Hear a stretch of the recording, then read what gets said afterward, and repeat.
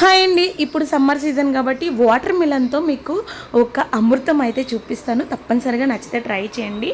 ఇంట్లో water melon ఉంటే నేను ఎప్పుడు ఇలాగే చేసుకుని తింటాను. జ్యూస్ చేసుకోవడం, కట్ చేసుకోవడం లాంటివి చేయనండి. ఇది నా మోస్ట్ ఫేవరెట్. ఇది నాకు మా అన్నయ్య నేర్పించాడు. మా అన్నయ్య ఎక్కువ టూర్లు తిరుగుతూ ఉంటాడు. ఒకసారి వేరే ఊరు వెళ్ళినప్పుడు అక్కడ ఈ వాటర్ మిలన్ అన్నది టేస్ట్ చేశారంట. తనకి బాగా నచ్చి ఇంటికి వచ్చే ట్రై చేశాడు. మా అందరికీ పెట్టాడు. నా మోస్ట్ ఫేవరెట్ అయితే అయిపోయిందండి. అప్పటి నుంచి నేను వాటర్ మిలన్ ఇలాగే ట్రై చేస్తాను.